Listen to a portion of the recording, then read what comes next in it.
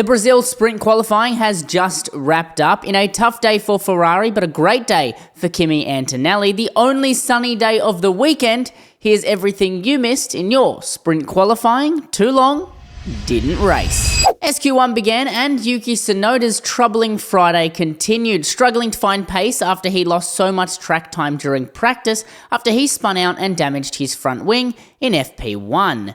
Unable to set a competitive lap time and pretty much ended his Q1 there. Halfway through SQ1, Verstappen went fastest, but the McLarens retook their throne in the top two. Meanwhile, Ferrari didn't inspire confidence, both drivers a whole 7/10 behind the papaya outfit.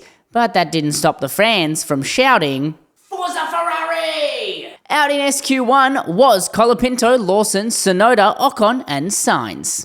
On to SQ2 and we saw some flying first sectors from both McLarens and Verstappen, but it seems like the rears on everyone's car complained about Sector 2, which is where most drivers saw the biggest loss in their times. Alonso out of nowhere set the fastest lap. Okay, Aston Martin, we see you. A late lock-up from both Ferraris saw their racing line compromised, losing a lot of time in the second sector. A late spin from Leclerc saw the double yellow flag get a little bit of a workout, compromising all current flying laps, and a Hamilton failing to make it to the end to start his final lap, ending his qualifying in P11.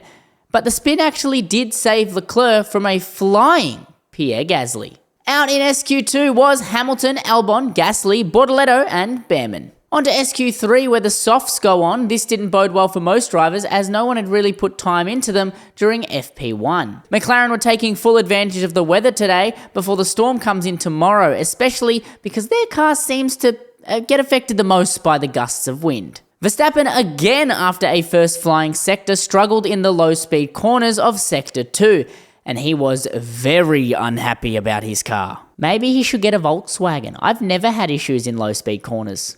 Norris secured his first provisional pole of the season. Antonelli will line up next to him, followed by Piastri, Russell, Alonso, and Verstappen. With one hell of a storm scheduled for tomorrow, it is a very real chance the sprint doesn't even happen.